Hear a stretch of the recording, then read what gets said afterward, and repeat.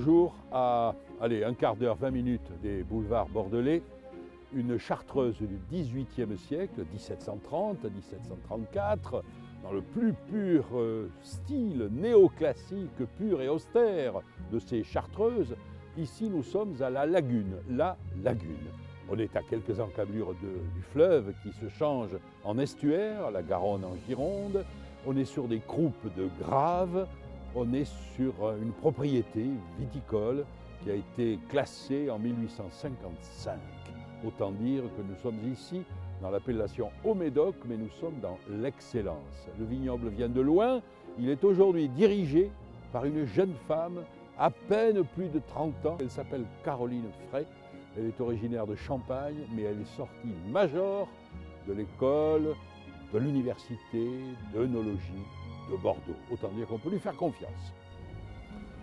Première étape, un sol qui s'appelle la Lagune. On va demander pourquoi. Caroline, bonjour. Votre propriété s'appelle la Lagune. Alors, dans le vocabulaire français, la Lagune, il y a un côté aquatique là quand même. Bien sûr. Parce que le fleuve n'est pas loin et parce qu'il a façonné les sols, c'est ça? Oui, puis on est dans le Médoc et Médoc, in media aquae, on est aussi dans les termes aquatiques. Le Médoc, on est entre le fleuve, l'océan, donc c'est une terre qui a vraiment été façonnée et brassée par les eaux. Et c'est ce qui fait aujourd'hui que c'est un terroir exceptionnel où on retrouve ces fameuses croupes de graves qui font toute la particularité du Médoc et toute la qualité de ces terroirs. Et on est en haut de la croupe de graves de la Lagune, donc au cœur vraiment du sujet. Quand vous dites en haut, on est à quelle altitude? Alors, on ne culmine pas très haut, effectivement. On atteint à peu près 15 mètres d'altitude. Ça paraît être absolument rien. Mais malgré tout, on voit des différences de sol très visibles et sur les hauts des croupes, on retrouve beaucoup plus de graves. Donc les graves, c'est ces petits cailloux blancs qui… La qualité de ces cailloux blancs, elle est infinie. Hein, ce sont des radiateurs quasiment. Oui, et puis il y a le côté drainant, il y a le côté… voilà, les cailloux vont réfléchir la lumière sur les grappes, garder la chaleur la nuit et ça donne un microclimat autour de la grappe, effectivement, qui est intéressant. Et puis également, ça permet un enracinement assez profond des racines. Donc ça, c'est aussi une qualité de ces sols. Sous cette grave, vous trouvez quoi quand vous faites des carottages, si vous de la grave. Toujours de la grave. Alors après, elle est plus ou moins mélangée à du sable, plus ou moins fine, mais on a de la grave jusqu'à des profondeurs assez importantes. Bon, on arrive en haut des croupes, effectivement, la grave est très profonde. Quand on descend un petit peu, c'est là qu'on trouve des sols un petit peu plus humides. On peut avoir de l'eau un petit peu plus proche, et c'est ce qui permet d'avoir effectivement des endroits privilégiés pour les trois cépages qu'on cultive, donc le Cabernet Sauvignon, le Merlot et le Petit Verdot. Et ici, nous sommes dans une parcelle qui est déjà taillée. Oui. Alors, parlez-moi de votre conduite de la culture. Vous êtes en train de basculer vers les certifications bio. Alors, ça fait quelques années, on a commencé en 2006 avec une parcelle qu'on a cultivée en bio. On s'est essayé un peu à la biodynamie aussi. Et puis, depuis 2006, on se forme, on apprend à gérer notre vignoble de cette façon-là. Tous les ans, on a rajouté des parcelles. Et puis, l'année dernière, on est arrivé à la totalité du vignoble conduit en viticulture biologique. Si vous voulez bien, on va vous accompagner jusqu'au chai. Très bien. Il paraît que vous l'avez révolutionné. On l'a un petit peu changé également. On y va ensemble.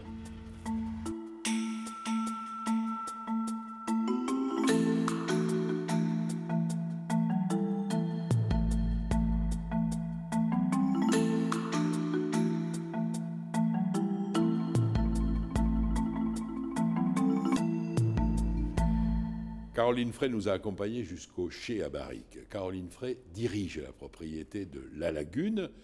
Son métier d'origine, c'est œnologue. C'est quoi un œnologue aujourd'hui? C'est agriculteur, je crois que vous avez dit quelque part qu'un œnologue est un agriculteur, ou bien un chimiste, ou les deux?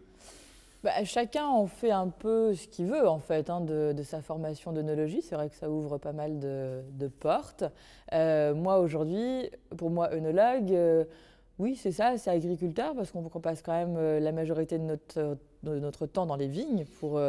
La première chose qu'on doit faire, ce sont de beaux raisins. Donc c'est de l'agriculture, c'est soigner sa vigne, c'est soigner ses sols, c'est produire de jolis raisins, de jolis fruits. Et puis après, on passe effectivement dans la partie chai, où là finalement notre travail, il est compliqué parce qu'il doit rester simple. C'est assez paradoxal, mais on doit faire le moins de choses possible.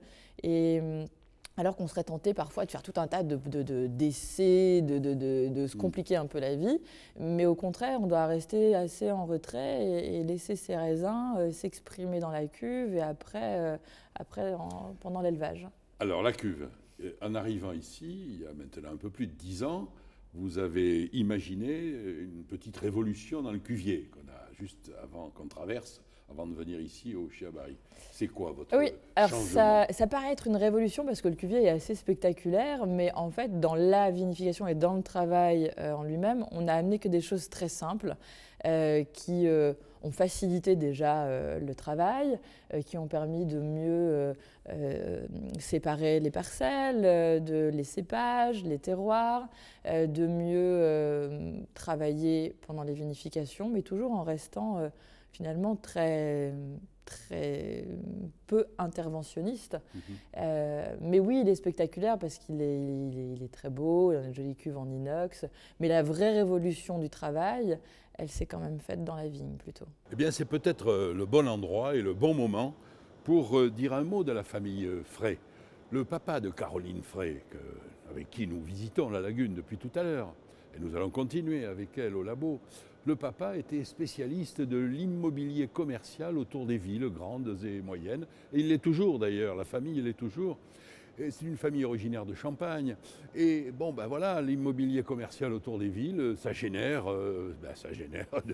des sous, hein, voilà. Avec quoi? Qu'est-ce qu'on en fait? Tant mieux si on l'investit dans des domaines de qualité, comme des domaines de Champagne ou des domaines viticoles en Côte-du-Rhône. La famille Jaboulet, les domaines Paul Jaboulet-Aîné appartiennent à la famille Frey, ou ici, à la lagune. Et ce qui permet aussi à cette famille de faire des gros investissements. Alors, sur la durée, certainement, mais il faut aussi que le vin se vende bien, que les récoltes soient abondantes, ce qui n'a pas été le cas en 2013, mais ça, tous les viticulteurs du Bordelais le savent, à cause d'un mois de juin qui était bien catastrophique pour la fleur. Voilà, la récolte 2013 sera modeste. On va aller la goûter.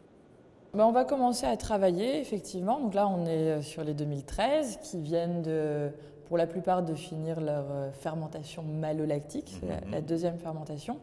On les a descendus dans les fûts de chêne et donc on commence à les regoûter un petit peu, oui, en vue des assemblages. On a déjà une petite idée quand même de ce que va être l'assemblage. Qu'est-ce que vous me diriez de ce Cabernet, c'est bien ça? Effectivement, là oui, on est sur une cuve de Cabernet. Donc on a un joli fruit, on a un vin qui a quand même une belle couleur et on a plutôt les arômes très frais, hein, de raisins frais. Là, on est sur des bébés vins vraiment. Et puis le vin vient de descendre, donc on n'a pas encore du tout la touche boisée. Donc là, on est sur le pur jus de raisin. Merci de nous avoir reçus. On va aller trouver tout à l'heure en cuisine, si je puis dire, l'homme de la mémoire. Exactement, Patrick Moulin. Voilà, qui vous a précédé ici, oui, comme chef de culture, comme directeur de la maison, et qui a fait sa dernière vinification juste avant votre première vinification. C'est ça, ça se situait en 2003-2004. Passé le relais en 2004, exactement. Mais il est toujours là et je compte toujours beaucoup sur lui. Nous allons aller le trouver tout de suite.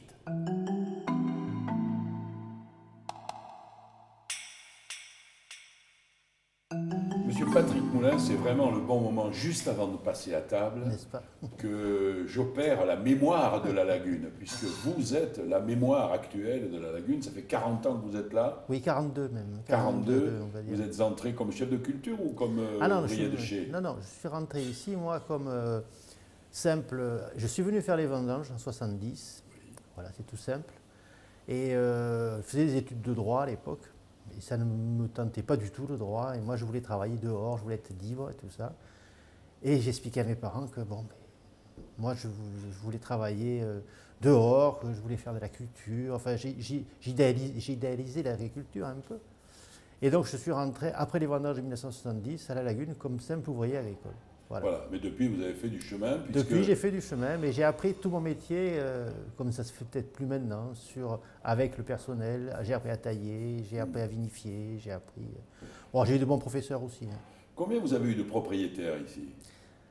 Eh bien, j'ai eu 2 propriétaires, en fait. Voilà. 2 propriétaires. Les premiers qui étaient le Champagne Ayala, avec la famille Dusselier, et maintenant la famille Frey. Au moment du classement de 1855, au moment où l'exposition universelle dit à la Chambre de commerce à Bordeaux, faites-nous un classement là, hein, voilà.